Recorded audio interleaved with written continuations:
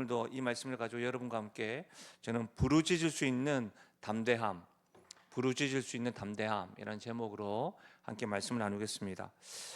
현대인들의 필수품, 으뜸이라고 한다면 어떤 게 있을까요? 뭐 휴대폰 아니겠습니까? 그렇죠? 휴대폰인 것 같습니다. 버스를 타도 지하철을 타도 심지어 차량 운전을 하더라도 위험함에도 불구하고 휴대폰을 보면서 막 하시는 분들이 많은 것 같습니다. 언제나 어디서나 휴대폰과 함께합니다. 이 핸드폰이 없으면 손이 떨림 증세가 있는 분들도 있습니다. 네, 어떻습니까? 이쪽이 많은 것 같은데 손이 막 떨리는 분들이 있고, 휴대폰이 없으면 불안감을 가지기도 합니다. 다른 건 모르는데, 그렇죠? 휴대폰이 없으면 다시 집에 들어갑니다. 그렇죠? 그런 경우가 많습니다. 참 편리한 세상을 만든 것도 사실인 것 같습니다. 손 안에서 뭐든지 할 수 있는 것, 은행 업무, 이거 볼 거라고 생각했나요? 호텔이나 숙박, 여행을 이거, 그리고 그렇죠?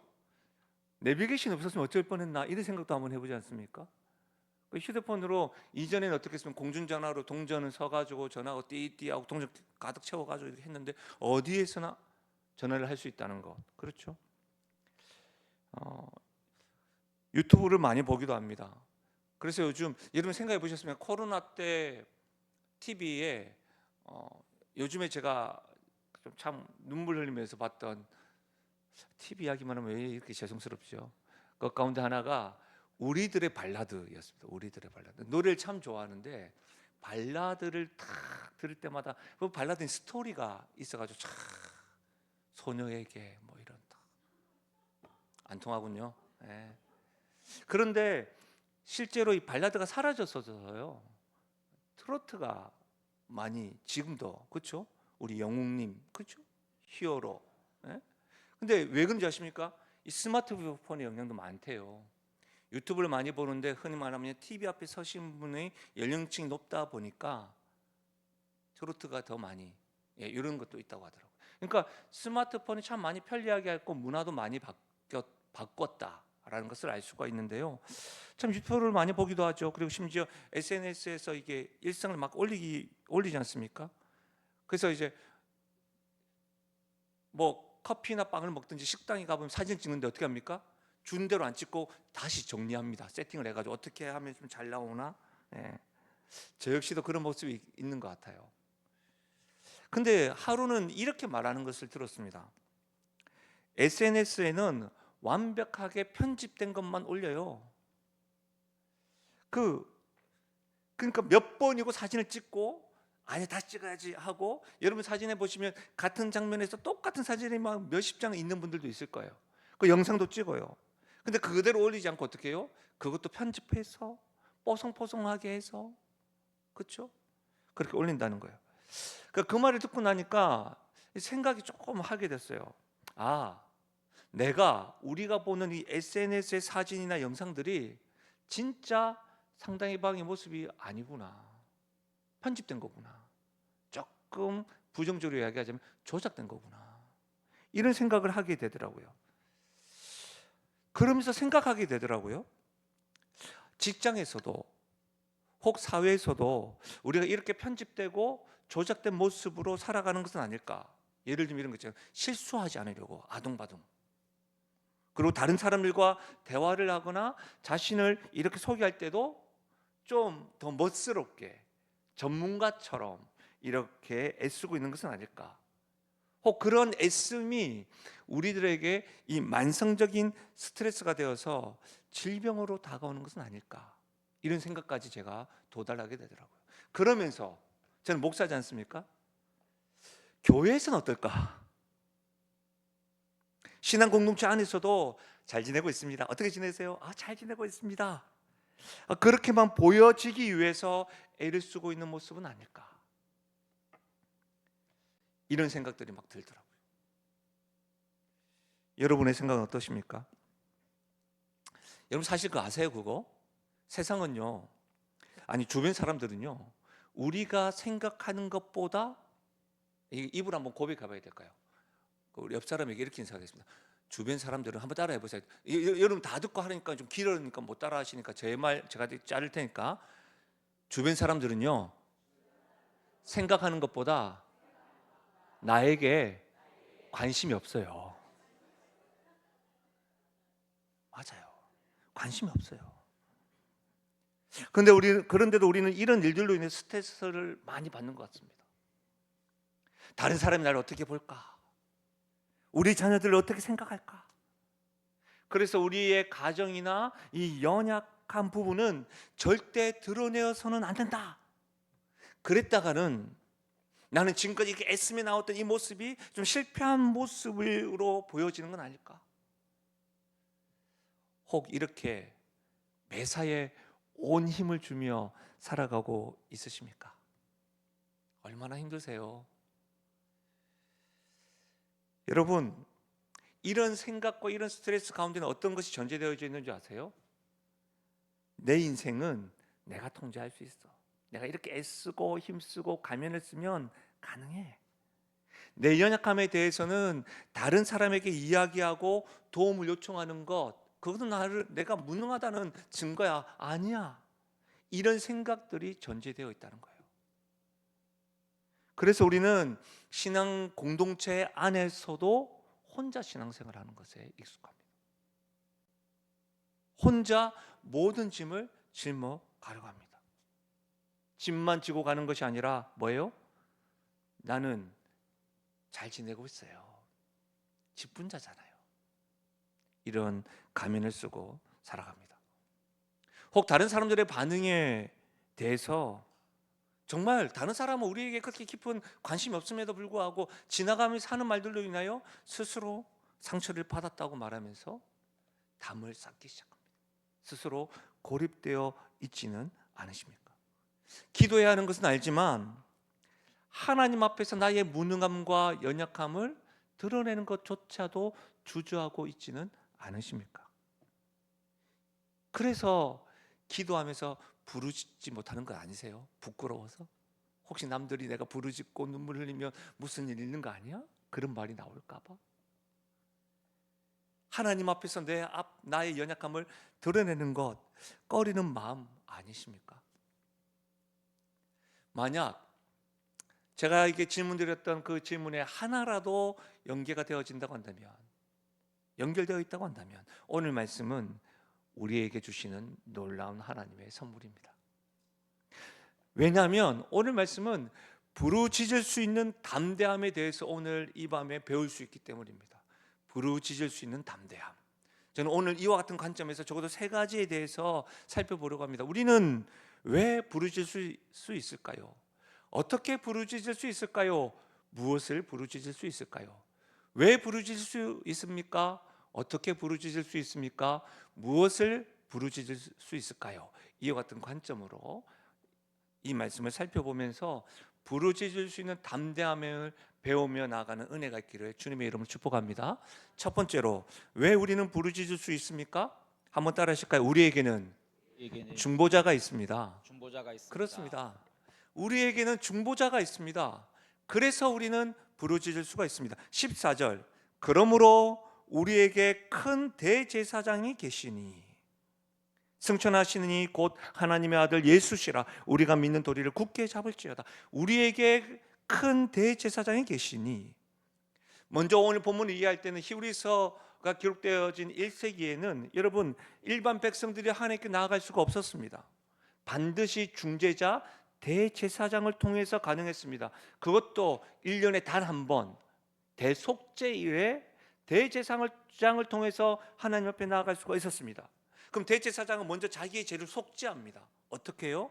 수송아지의 피를 가지고 지성소에 들어가서 먼저 하나님 앞에서 속죄합니다. 그리고 어떻게 합니까? 방울띠를 띠고 두렵고 경건한 마음으로 지성소에 들어갔습니다. 굉장히 복잡하고 어려운 일입니다. 왜 방울띠를 띠고 들어가는 것일까요? 바로 거칠애로 하나님 앞에 회개했을 때는 거룩하신 하나님 앞에 죽음을 당하기 때문에, 그 지성소에는 아무나 못 들어가기 때문에 시간이 되었음에도 불구하고 나오지 않을 때는 백성들이 밖에서 이렇게 끄집어냈습니다. 굉장히 엄격한 의식을 거쳐야만 하나님을 만날 수가 있었습니다. 그러면 1세기는 이랬다고 한다면 우리가 살고 있는 21세기도 어떨까요? 저는 우리 21세기도 동일하다고 생각되어집니다. 우리의 삶에서 한번 생각해 보시죠. 여러분, 여러분이 있는 공동체나 여러분이 있는 직장에서 여러분 회사의 CEO를 직접 접근할 수 있으십니까? 우리는 직접 CEO를 만나기가 쉽지 않습니다.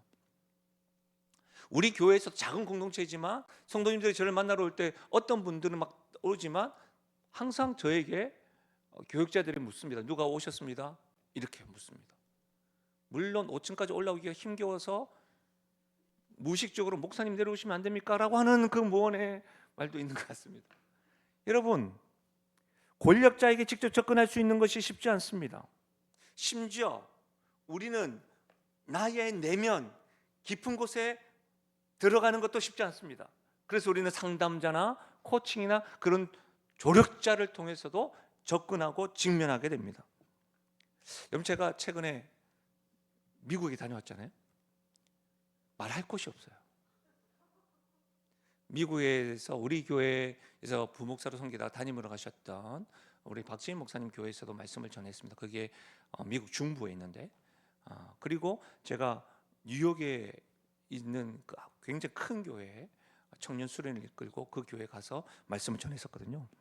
근데 이제 그 뉴욕시 뉴욕 맨하탄에 있는 교회인데 또 수련회는 또 다른 곳에 뉴욕에 있는 저 캠프장 같은 데 가서 말씀을 전했어요. 말씀을 전하고 난 이후에 말씀을 많이 전했죠. 4번 전했는데 때마다 이제 식사 시간 때마다 캠프장 숙소에 있으면서 식사 시간 때마다 이게 원탁에서 리더십들과 같이 이렇게 식사를 하게 됐어요. 참 유익했습니다. 근데 저보고는 미국 처음이냐고 하더라고요. 전 미국 처음이거든요. 그러니까 미국 처음이니까 여러분 제가 뭐 누가 데려가면 가지. 내가 갈 그게 있겠습니까? 그래서 뭐 보는 거 맨날 유튜브 보면서 여기 한번 가고 싶다. 뭐 그런 거 있잖아요. 유튜브에서 알려진 뭐 2박 3일 뭐 뉴욕 뭐 이런 거 뭐 그만 보고 여기 안 가나 막 계속 속으로만 생각하고 있는데 여러분 제가 뭐 대중적인 것들만 생각하고 있었겠죠. 근데 굉장히 독특한 경험을 하겠습니다. 미국에서 제가 메트로폴리탄 오페라 극장에서 오페라를 보고 왔습니다. 별로 놀라지 않는데 제가 그때 오페라 극장에 갔을 때에 그냥 좀 잠바를 입고 갔었거든요. 근데 잠바를 입은 사람은 저밖에 없었습니다. 다 나비 넥타이와 드레스를 입고. 근데 그게 제가 어떻게 가게 됐냐? 그 수련회에 참여한 청년이 메트로폴리탄 오페라 극장의 사장 비서였던 거예요. 그 티켓 한 장이 얼마인 줄 아세요? 얼마나 비싼 건데요.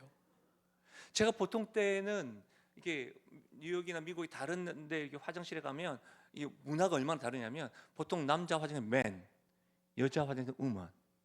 근데 그 오페라 극장에서는 젠틀맨, 레이디. 이렇게 좀 문화 자체가 공연을 3번을 하는데 30분은 공연하고 30분을 쉬는 거예요. 왜요? 사교 모임이니까. 저는 잠바를 입어가지고 사교할 수가 없었습니다. 부끄러워서 나갈 수도 없어. 그러나 제가 그것을 경험했어요. 오페라 극장에서 아무나 못 간다 하더라고요. 너무 비싸기도 하고.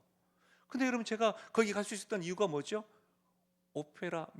메트로폴리탄 오페라 극장 사장 비서가 표를 끊어준 거예요. 지금 자랑한 겁니다. 그분이 뭐 시간 되냐고 했을 때 좀 큰 소리 쳐서 시간 된다고. 그래서 봤어요. 실제로 여러분 우리 자본주의 사회 구조에서는 이런 계층 구조가 있습니다. 우리가 모르지만 그렇죠? 장벽이 있습니다. 접근이 통제되는 구조가 있습니다. 근데 우리는 그런 중재자가 있을 때 접근이 가능하다는 것이죠. 비밀인데요. 제가 미국에 가게 됐던 이유가 뭔지 아세요? 미국에 있는 그 목사님들이 저를 초청해서 그렇고요. 그리고 이름 없는 분들이 저를 이렇게 지원을 좀 해주셔서 제가 갈 수가 있었어요. 그 자본주의 사회니까 뭐니 해도 머리가 만들잖아요. 그리고 영신교회에서 허락을 해주셔서 갔어요. 이 모든 게 다 뭐예요? 중재자가 있고 돕는 이가 있어서 제가 했다는 거예요. 여러분 이것입니다. 거룩하신 하나님께 우리는 결코 혼자서는 접근할 수가 없습니다. 왜요? 죄 많은 우리는 하나님 앞에 설 수 있거나 가까이 나갈 수 없다는 겁니다. 하나님의 말씀입니다. 들으십시오. 우리에게는 큰 대제사장이 계시니. 여기서 뭡니까? 우리에게는입니다. 여러분 우리에게는 큰 대제사장이 계시니 과거형이 아닙니다. 미래형도 아닙니다. 현재형입니다. 현재 우리와 함께 큰 대제사장이 계시다. 할렐루야. 이것이 복음입니다. 우리에게는 중보 기도자가 계십니다. 중보자가 계십니다. 예수님이십니다. 예수님이 우리를 누구에게, 거룩하신 하나님께 추천하는 겁니다. 어떻게 해요? 상상해 보자는 거죠. 아버지 하나님, 이 사람은, 저 김상호는 제가 피로 산 사람입니다.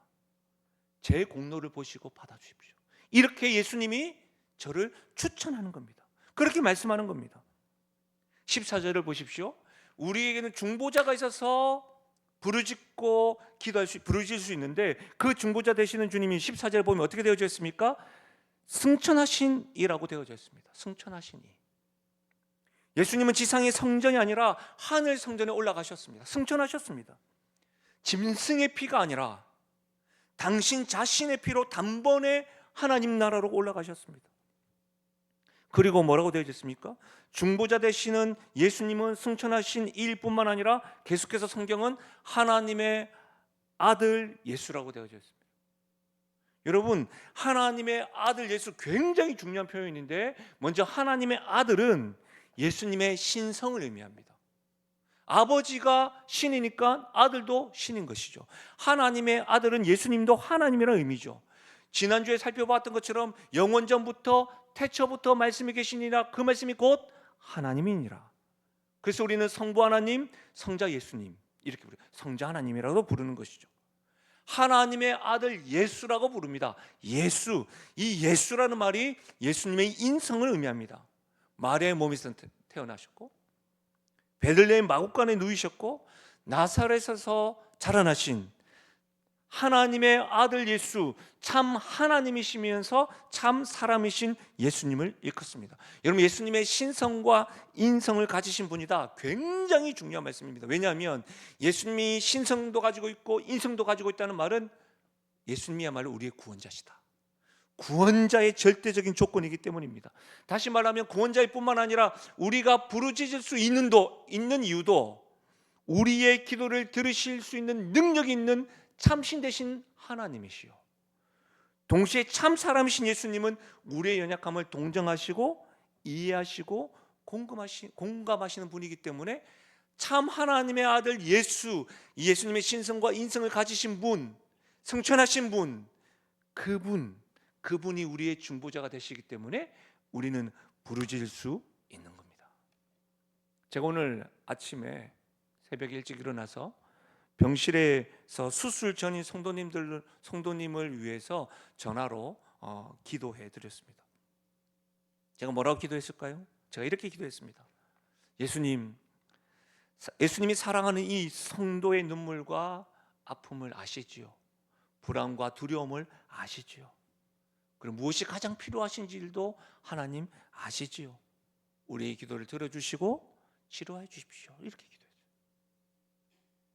지금 수술 직전에 있는 두려움 아시지요? 수술 후 과정 가운데 어떤 일이 일어날지, 또 지금 그 직전에 그 마음도 아시지요? 수술 이후에 그 과정의 마음도 아시지요?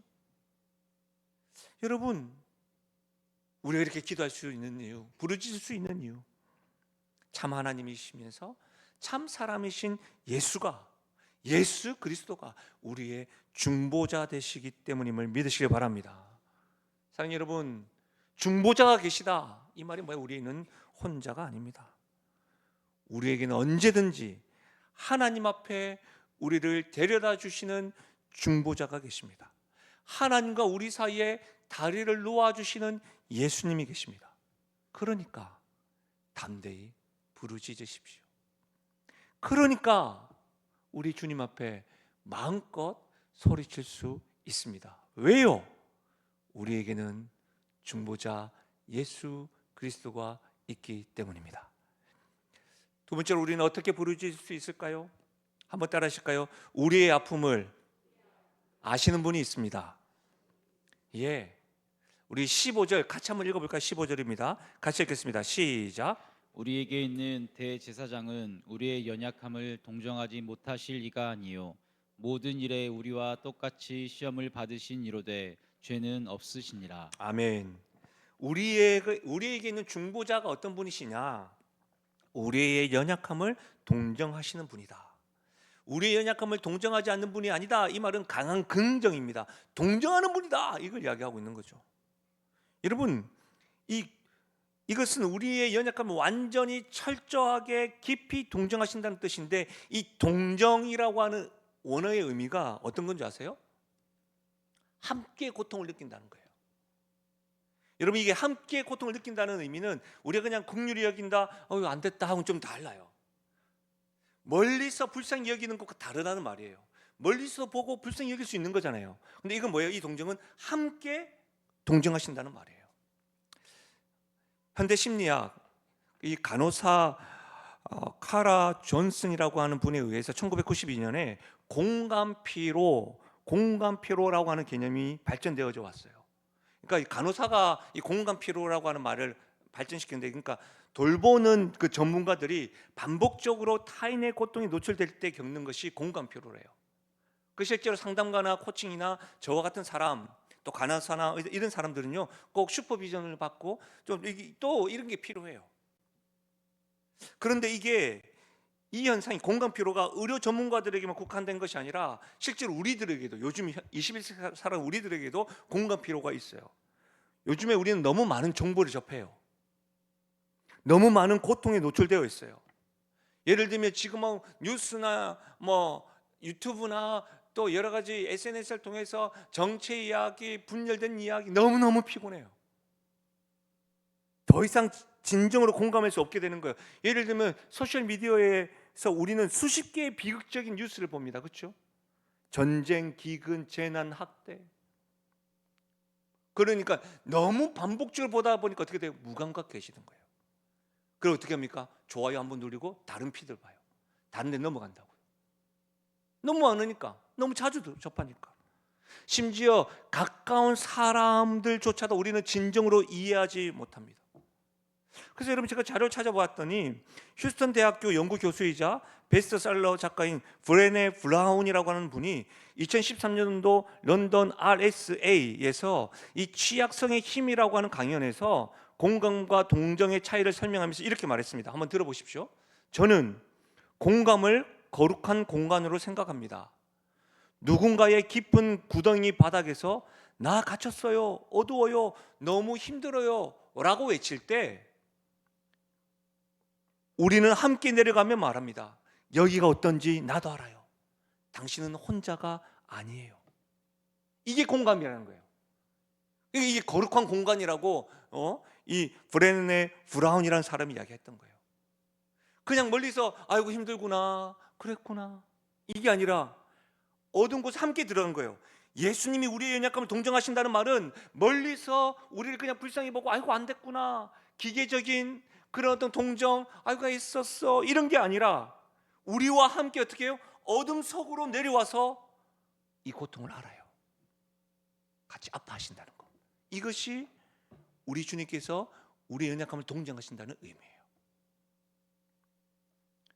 여러분, 우리 주님께서 함께 아파하시면서 우리의 연약함을 도우시는 분이신데, 성경은 뭐라고 되어 있습니까? 계속해서 모든 일에 우리와 똑같이 시험을 받으신 이라고 이야기하고 있어요. 참 이 말씀을 접할 때마다 은혜가 되지 않습니까? 우리의 연약함을 도우신다. 그런데 한편으로는 질문이 생기지 않아요? 우리와 똑같이 시험을 받았다? 정말 예수님이 우리와 똑같이 시험을 받으셨을까? 21세기를 살아가는 우리의 시험은 1세기 당시 팔레스타인의 그 유대인들과 이스라엘 사람들, 그 당시에 살았던 사람들과 좀 다르게 생각하지 않습니까? 예를 들면 이런 거 있잖아요. 청년 여러분, 예수님이 취업의 스트레스를 아실까?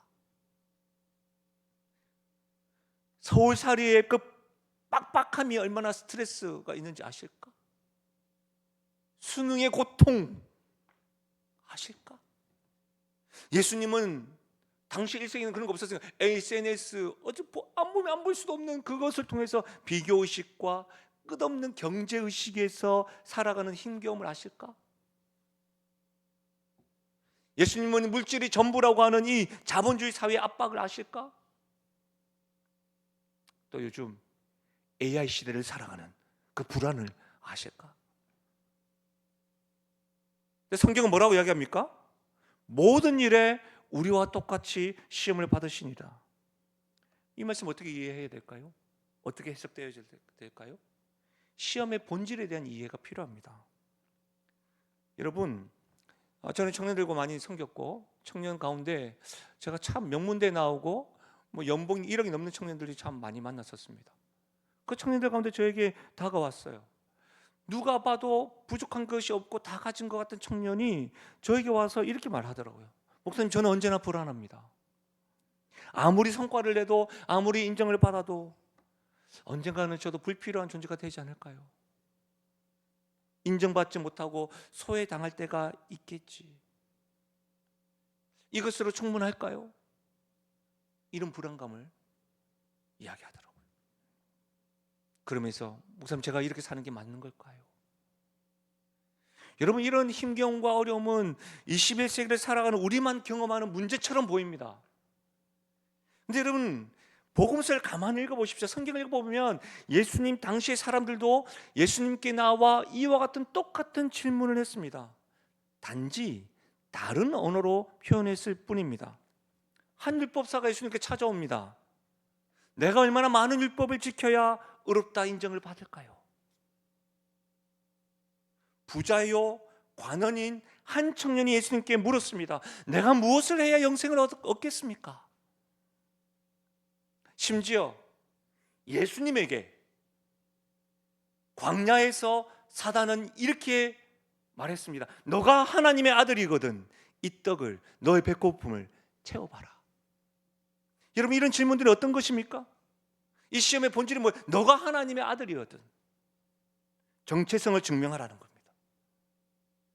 계속해서 너가 가치 있는 존재인지를 입증하라는 겁니다. 단지 예수님 당시에 이 정체성의 문제나 가치에 대한 시험만 받은 것은 아닙니다. 예수님은 배고픔을 아십니다. 40일 금식 후에 광야에서 배고픔으로 시험 받으셨습니다. 예수님은 외로움을 아십니다. 급박하고 긴급한 십자가 전에 겟세마네 동산에서 3년과 동고동락했던 제자를 데려갔고 그들도 함께 깨어서 기도하기 원했는데 자빠져 잤습니다. 예수님은 홀로 기도했습니다. 예수님은 배신의 아픔을 아십니다. 가장 사랑하셨고 그래서 물질을 맡겼던 유다에게 팔리셨습니다. 예수님은 억울함을 아십니다. 아무 죄 없는 그 예수님께서 죄인이라 취급받으며 수치심을 다 받으시면서 십자가에 못 박이셨습니다. 예수님은 우리가 겪고 있는 육체의 고통도 아십니다. 채찍에 맞으시고 가시관을 쓰시고 손과 발에 못 박히셨습니다. 오늘 금요기도 집회에 나오신 여러분, 예수님 역시도 기도 응답을 기다리셨습니다. 겟세마네 동산에서 이 잔을 내게서 지나가게 해주시옵소서라고 기도했는데 하나님은 그 기도를 그대로 들어주지 않으셨습니다. 결국 예수님은 십자가에 못 박히셨습니다. 사랑하는 여러분, 21세기 겪는 우리의 슬픔과 고통을 주님께서 아실까요? 아십니다. 모든 일입니다. 모든 일에 예수님은 시험을 받으셨습니다. 모든 일에는 예외가 없습니다. 우리가 겪고 있는 시험과 유혹과 고난과 아픔을 경험하셨습니다. 그래서 예수님은 우리의 연약함을 동정하실 수 있는 분, 우리의 아픔을 아시는 분입니다. 그래서 우리는 나의 아픔을 적나라하게 하시는 그 예수님 앞에 나아가 담대히 부르짖을 수 있는 겁니다. 주님, 저는 힘듭니다. 주님, 견딜 수가 없습니다. 이렇게 부르짖을 때에 내가 느끼는 그 고통 내가 안다. 멀리서 보고 기계적으로 강담하는 게 아니라 그 어둠 속으로 나에게 나아오셔서 내가 그 고통을 안다. 내가 경험했다. 그렇게 말씀하시는 겁니다. 그 예수님을 15절에는 이렇게 또 말씀하십니다. 죄가 없으시다. 굉장히 중요합니다. 예수님은 모든 시험을 받으셨지만 죄를 짓지 않으셨다는 말입니다. 만약 예수님이 죄를 지으셨다면 그분은 우리의 구원자가 될 수 없습니다. 여러분, 죄인은 다른 죄인을 구원할 수가 없습니다. 사랑하는 여러분, 그렇기 때문에 보십시오 여러분, 이 정도만 살펴봐도 우리는 자유롭게 예수님께 나아가 부르짖을 수 있는 겁니다. 어떻게 해요? 주님, 저 너무 힘듭니다. 주님, 저 너무 외롭습니다. 주님, 저 너무 아픕니다. 주님, 죽을 것만큼 수치스럽고 부끄럽습니다. 이렇게 솔직히 부르짖을 때에 오늘 이 밤에 내가 안다, 내가 너와 함께한다, 이런 음성을 들을 수 있는 밤 되시기를 주님의 이름으로 축복합니다. 그러니 사랑하는 여러분, 우리 주님 앞에는, 나의 아픔을 아시는 주님 앞에서는 부끄러워하지 마십시오. 주저하지 마십시오. 예수님이 우리의 아픔을 아시기에 그분께 담대하게 부르짖을 수 있기를 바랍니다. 마지막으로 우리는 무엇을 위해 부르짖을 수 있을까요? 한번 따라하실까요? 은혜의 보좌가 열려 있습니다. 우리 16절 같이 한번 읽어볼까요? 16절입니다. 같이 읽겠습니다. 시작. 그러므로 우리는 긍휼하심을 받고 때를 따라 돕는 은혜를 얻기 위하여 은혜의 보좌 앞에 담대히 나아갈 것이니라. 아멘. 여러분, 지금 여기서 그러므로라고 되어져 있습니다. 그러니까 14절과 15절, 우리에게 계신 대제사장이 우리의 연약함을 동정하시는 분이시고, 그는 죄가 없으시고 이렇게까지 우리와 함께 하시는 분이시다, 이걸 안다면 그러므로, 이 진리를 바탕으로 그러므로 어떻게 해요? 담대히 나아갈 것이니라, 이렇게 지금 명령하고 있는 겁니다. 이 주님이, 이 중보자가, 이렇게 나의 아픔을 아시는 주님이 나에게 계시다고 한다면 어떻게 해요? 쭈뼛대지 마라, 혼자 홀로 있지 마라, 담대히 나아갈 것이니라. 이 담대히는 단순한 용기가 아닙니다. 담대히라고 하는 말은 자유롭게 말하는 겁니다. 자유롭게, 꺼리낌 없이 말하는 겁니다. 한 번씩 제가 우리 부교육자들과 있다가, 나름 이제 우리 교육자들과 좀 친밀한 담임 목사, 지금 내가 나름 추구하고 있는데, 한 번씩 너무 꺼리낌 없이 이야기하다 보면 순간 얼굴이 빨개질 때가 있습니다. 그랬구나, 말은 하는데 나도 뭐 귀가 빨개지더라고. 안 통합니다, 이것도. 근데 여러분, 여기서 말하는 담대히는 그렇게 말하라는 겁니다. 여러분, 제가 이 담대히라고 하는 것들을 좀 제가 원어로 찾아보니까 이 말은 고대 그리스 로마 사회에서 사용했던 정치적 용어입니다. 그러니까 뭐냐면, 자유시민이 시민이 공공장소에서 담대히 말할 수 있는 자유, 그런 정치적 용어가 담대인 거예요. 그러니까 뭐예요? 로마인이 아니면, 시민인이 아니면 말할 수 없는 거예요. 특권이 없다는 거죠. 노예도 말할 수 없는 거예요. 그러니까 뭐예요? 구약 시대에는 이건 상상할 수도 없는 일이죠. 하나님께 담대히 나가는 대제사장만 이야기하는 건데, 이건 특권이야, 특권. 담대히 나갈 것이니라. 왜요? 그러므로 담대히 나갈 것이니라. 우리에게 중보자가 계시고 우리 아픔을 아시는 주님이니까. 이건 뭐예요? 특권이라는 거예요. 이런 분이 있으니까 여기에 우리의 행위와 우리의 수고와 우리의 잘됨이 있습니까? 하나도 없지요. 그런 담대함. 여러분, 성경은 우리에게 담대함을 가지고 어디로 나아가라고 합니까? 은혜의 보좌 앞으로 나아가라는 겁니다. 여러분, 은혜의 보좌가 어디예요? 하나님 앞이에요.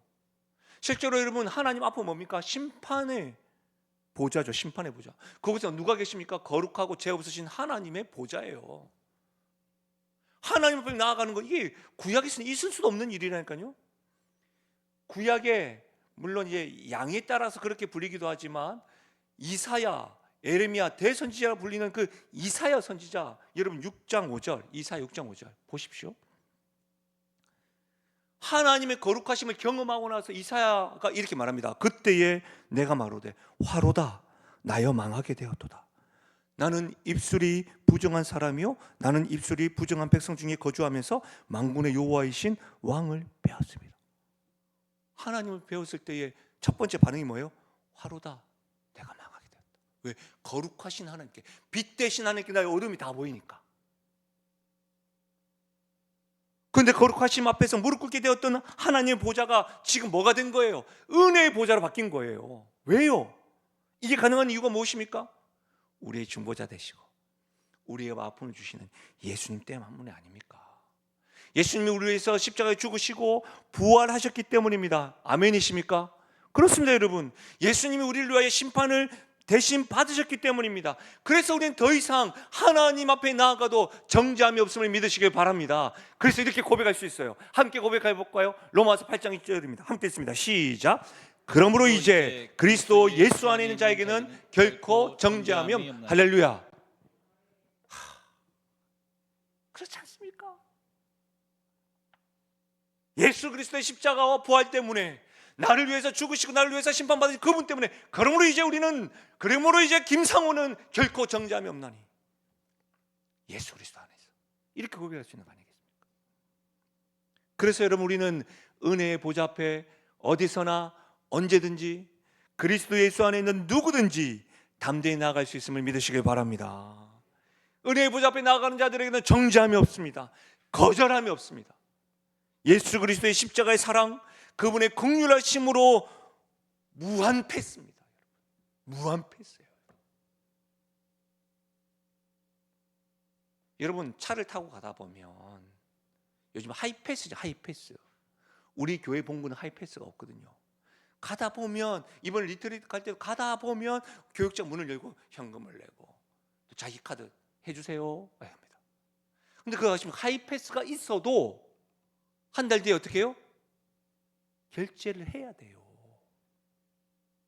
예수 그리스도는 결제가 없어요. 아멘입니까? 제가 이렇게 설명해드리는, 어떻게든 여러분의 머리에 잘 들어오게 하려고 이게 피부로 와닿아야 되는데, 무한 패스. 제가 설교하면서 이 무한 패스 굉장히 감동받을 줄 알았는데 지금 눈만 말똥말똥하고 감동 안 하셔가지고 제가 다시 설명하는 겁니다. 다시. 그리고 보십시오, 여러분. 16절. 그런 하나님께서 무한 패스인데 뭐라고요? 하나님의 적절한 때에, 완벽한 하나님 때에, 하나님의 타이밍에 때를 따라 돕는 은혜를 주신다는 것 아닙니까?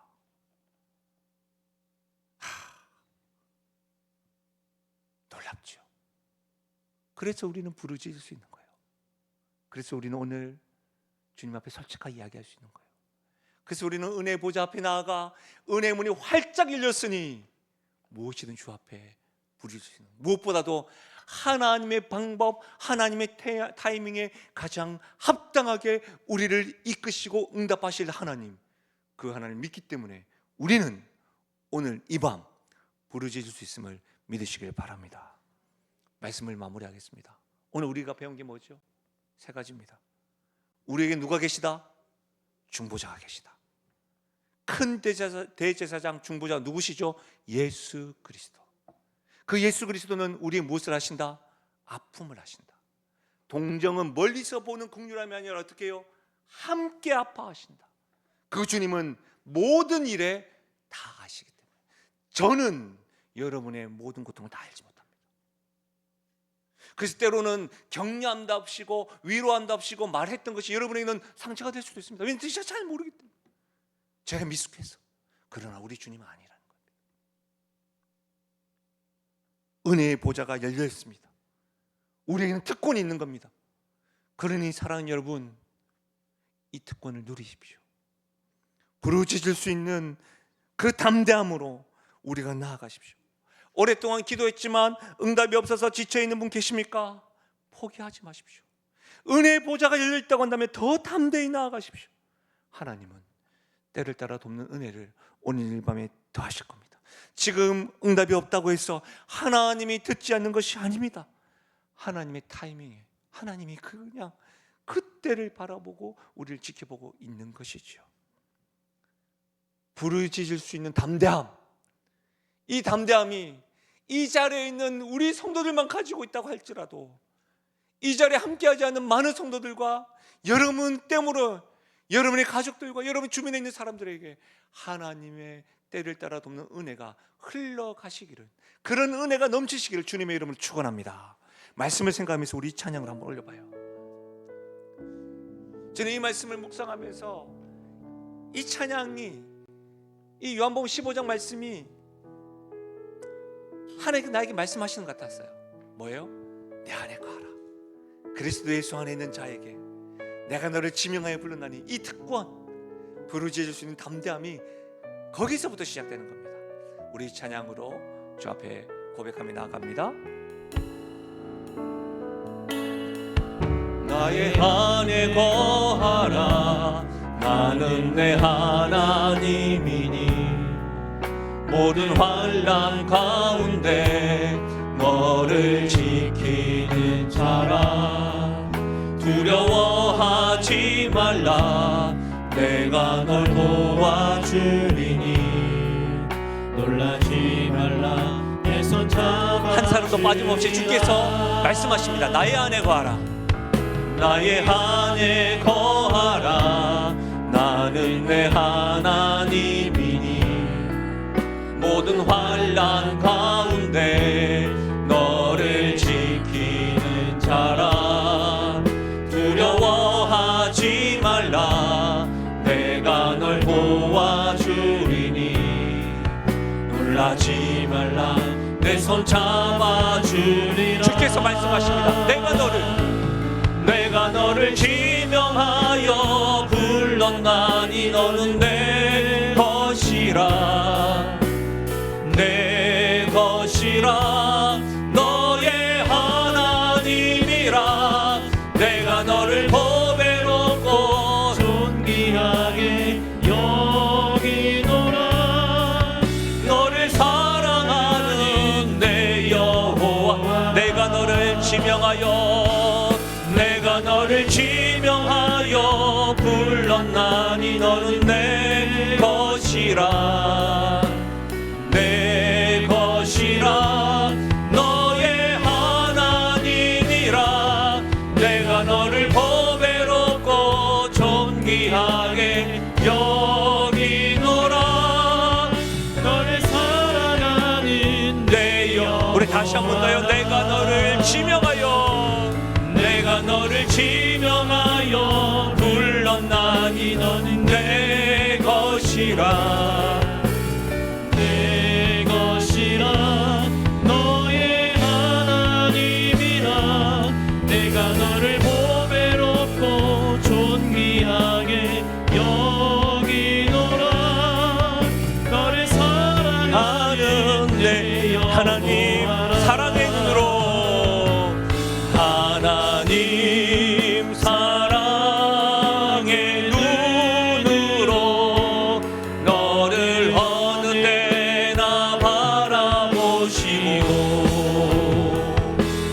하나님 인자한 귀로서 언제나 너에게 기울이시니 어두운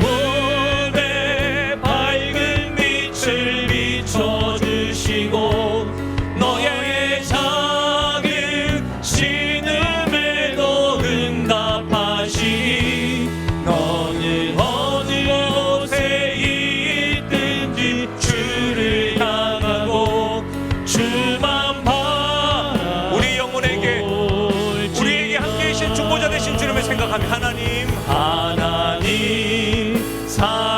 사랑의 눈으로 너를 어느 때나 바라보시고 하나님 인자한 귀로서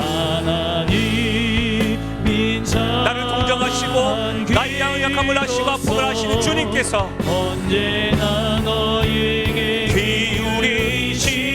기울이시니 어두움에 밝은 빛을 비춰주시고 너의 작은 신음에도 응답하시니 너는 어느 곳에 있든지 주를 향하고 주만 바라볼. 우리 마지막으로 너는 어느 곳에 있든지 주를 향하고 주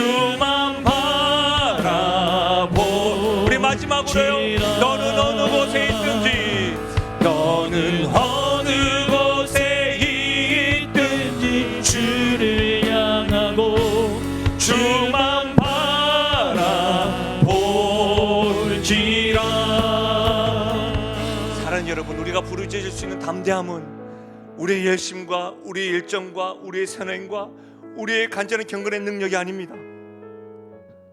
우리에게 대제사장 중보자 되시는 예수님이 계시기 때문입니다. 그 예수님은 우리와 함께 하실 뿐만 아니라 우리의 연약함을 동정하십니다. 그 예수님은 능력자이시고 참된 사람으로 이 땅에 오셔서 우리의 연약함을, 우리가 당한 모든 고통을, 모든 일에 시험을 받으신 분이십니다. 그러니 동정하실 수 있고 해결하실 수 있는 분이십니다. 그분으로 말미암아 우리는 은혜의 보좌가 열려 있는 겁니다. 그러니 사랑하는 여러분, 담대히 나아갈지니라, 담대히 나아갈지니라. 부르짖으시고 솔직하게 주님 앞에 고백하시고, 하나님 살려주십시오, 하나님 도와주십시오, 하나님 나의 심령을 아시는 주님, 우리 가정을, 우리의 인생을 도와주십시오라고 이 시간에 나의 중보자 되시는 주님, 나의 하나님 아들 예수 그리스도의 이름을 크게 한번 부르짖고 말씀이 일깨워 주신 대로, 성령이 가르쳐 주신 대로 기도하시고 중보하시고 돌아가시면 되겠습니다. 우리 주님 한번 부르고 기도합니다. 주여,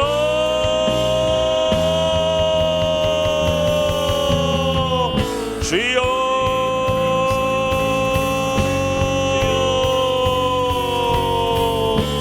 주여. 하나님 아버지, 오늘 이 시간에 하나님 우리를 지켜주시고 이 자리에 불러 모아주신 것 참으로 감사함을 드립니다. 하나님 아버지, 오늘 이 밤에 우리가 부르짖을 수 있는 담대함을 주실 줄로 믿습니다. 우리 부르짖음에 담대할 수 있도록 도와주길 사랑 원하옵고 원하옵나이다. 하나님, 우리의 큰 대제사장 되신 예수 그리스도, 그분으로 말미암아 우리가 은혜의 보좌 앞에 담대히 나아갈 수 있음을 하나님 확신할 수 있도록 도와주시옵소서.